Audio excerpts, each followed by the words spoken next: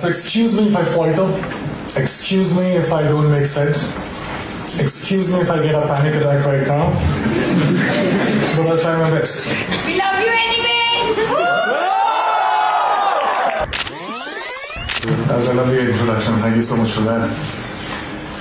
I had this habit of carrying chits in colleges, so I became an actor because I had a problem. I was an introvert.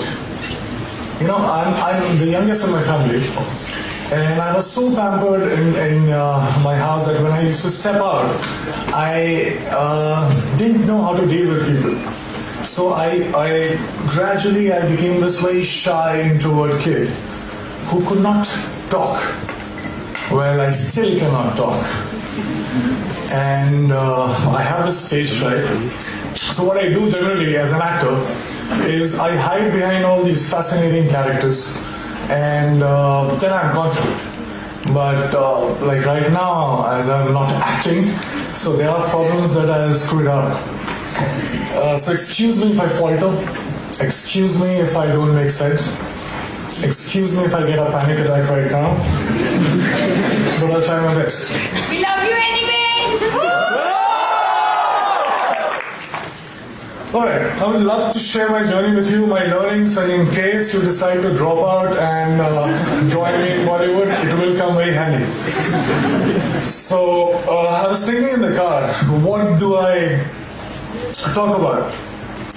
What can I tell you that you already don't know? I'm assuming, and I think most probably, you guys are way much more smarter and better than what I was when I was your age. But after deep thinking, I zeroed down into two things that I can actually discuss about. These two things talk about chasing your dreams and actually living your dreams, which unfortunately nobody mentioned to me when I was starting out. And those two things are, can I write down? Can you see this board? I always wanted to do this in front of professors, so I just... So those two things are the biggest lie and the only truth about success that I was told about. Now the biggest lie was money plus recognition is equal to happiness, is equal to success. So let me begin by mentioning that I come from a very middle-class family. And when I was growing up, money was a big differentiator in my life. Also, in the three generations of my family that I know of, that are documented, nobody knew what fame felt like. So basically, both money and recognition were missing when I started out. So I already started out as a failure. Let me be very precise. My family told me that I had to become an engineer. Medicals were booked for my sisters. So once I'm an engineer, then I can, try civil services examination, and then probably, that will be like opening the doors for all kind of happiness, and I'll be forever successful. I'll be forever happy. This is the condition that I experienced when I was growing up. All right, fair enough. Good deal. So I became very good in studies. Did fairly well in my 10th board exams. And then off I went to Delhi for my +2, got myself enrolled in a nice school, and Vidyamandir and Fiji and half a dozen of other coaching institutes. And I used to share my room with 3 other similar aspirants. What it meant was, every day after finishing my assignments, school assignments, and preparing for my engineering entrance exam, I had to wash my clothes and I had to cook food for myself. But I wasn't complaining. Well, it was worth it, because after all, I was, for the very first time in my life, I was so close to become successful for the first time in my life. So finally I slogged, I got selected for several engineering colleges, and I decided to take admission in Delhi College of Engineering, which is now known as DTU. Thank you. Were you my senior or junior? There was a celebration like this in my family too. I could finally stop for a while and breathe, you know. I was telling myself that, you know what, now you're made it. You should be happy because you're supposed to be happy. But it wasn't working that much. Something was missing. There was a void that I could feel. So I thought maybe something bigger was required. For some reason, incessantly, while the first 18, 19 years of my life, the future me was much happier, much successful than the present me. So I was like, all right, fine. So I was forcing myself. I promised, I started preparing for civil services examination, and I was forcing myself to slog, but I was bored. UPSC exams were still far away. In the meantime, I thought of doing theatre, and I thought to learn dance because to counter the shyness that I still have, and also because there were no girls in my engineering college for some reason. I felt cheated, man. We slog so much, you crack the entrance exam and you find that there are no girls. So somebody told me that there are very good-looking girls in dance schools. So I was like, fine, I'll go there. And once I started with performing arts, I knew one thing for sure. I knew that I quite liked it. And 3 years later, imagine me sitting in the campus and I'm thinking, all right, I'm really interested in performing arts. And all I want to do is to earn money and to be recognized. So if I become a movie star, I actually was very serious and I dropped out of my college in the third year when I was just 2 semesters away from getting the degree, engineering degree. Came to Mumbai, got heavily into theatre and also other skills that I thought were necessary to become an actor. And by the way, this time I stayed with 6 other guys in a single room kitchen, but this time I was prepared for it.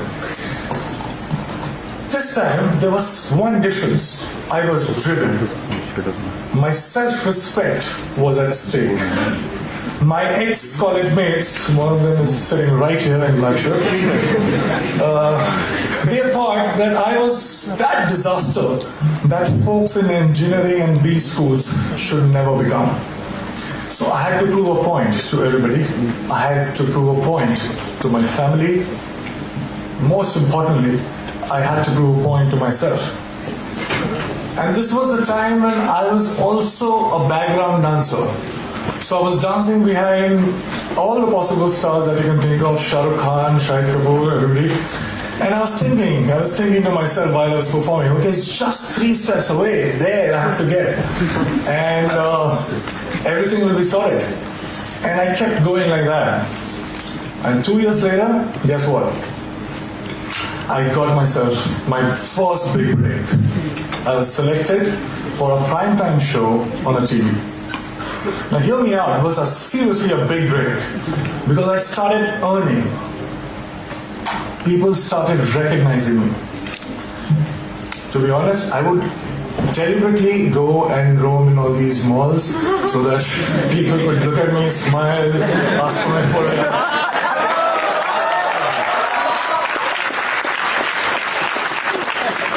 And I was watching myself on TV for the first time. You have no idea how it feels for somebody like me to, I was looking at me and I was looking at myself every day on TV. It was a big, big, big high. I also suddenly discovered that I actually had many friends. I'm like, who were absent all this while, but suddenly they popped up. And the show became popular.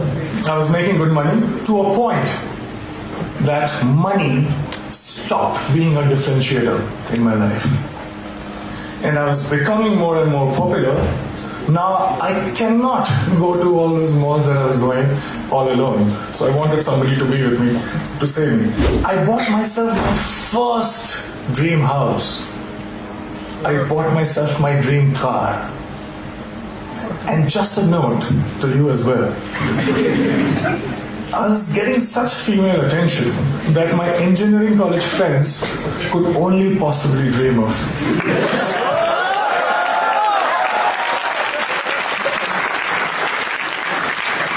So I was having a time of my life. And then something unusual happened. I got used to everything. And I felt cheated. I stayed with all these dreams for 10 and 15 years of my life. I was promised happiness and I was promised success. But all these things stayed with me just for a few days. And I'm punctuating me because I started from zero money and zero recognition. So I was not happy. How can that it be? I didn't like this version of success. And the future me again was luring the present me. But this time, I decided otherwise. I would do something else. So that gets us to the second point, which is the only truth. I won't take too much time. I'll just try to keep it short. I figured something. I figured that something, seemingly big things, were not that big once I got them. And looking back in the past, I realized that maybe smaller things were way bigger. And there was one thing that was missing in my life that was the cause of this illusion. And that thing that was missing was now. I was, all these years, I was obsessed about what's gonna happen. I used to draw those flowcharts that we are taught in schools. That if this happens, I'll do that, and 6 months from now, I'll be here. So I wanted to be in control. I was so obsessed about my future. I was taking the entire responsibility about the past. But all I was doing was frequently swinging from past to future, not living in actual sense. Well, I also figured that when I perform on stage or in front of camera, I'm so much excited. I am so much interested. I was paying so much attention that there was no room to think about future or the past. I was just there in the moment. I was alive in true sense when I was performing. And for the first time, trust me, in a long time, I understood the true meaning of success, which was not money plus recognition, but it was now plus excitement. This realization happened in 2011 and it has been 5 years. Now let me share another very short story with you. When I was in school, 4 to 5:30 p.m. was the time when I was allowed to go out and play. I was asked to be an engineer, but the entire day I used to wait for 4 p.m. to happen. I would step out and the next 1.5 hours felt like 5 minutes. I didn't understand this then, but now very honestly, very confidently, I can tell you this, that I'm living that 4 to 5:30 life right now since last 5 years.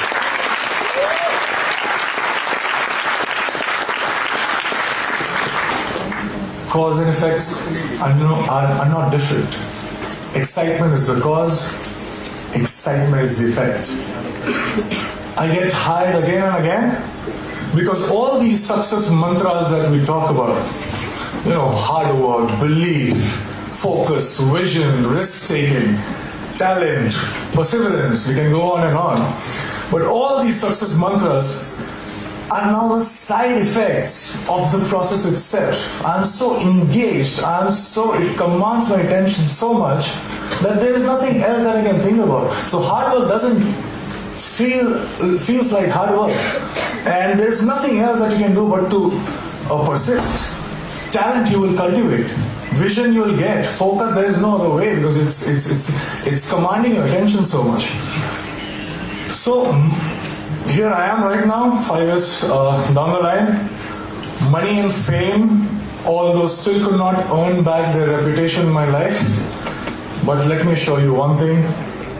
I have much more of them than I had ever planned. And the best thing, my college, one of the professors was very dear to me, called me recently about asking me to plan this interaction with students. And I very humbly requested that can I get my degree back?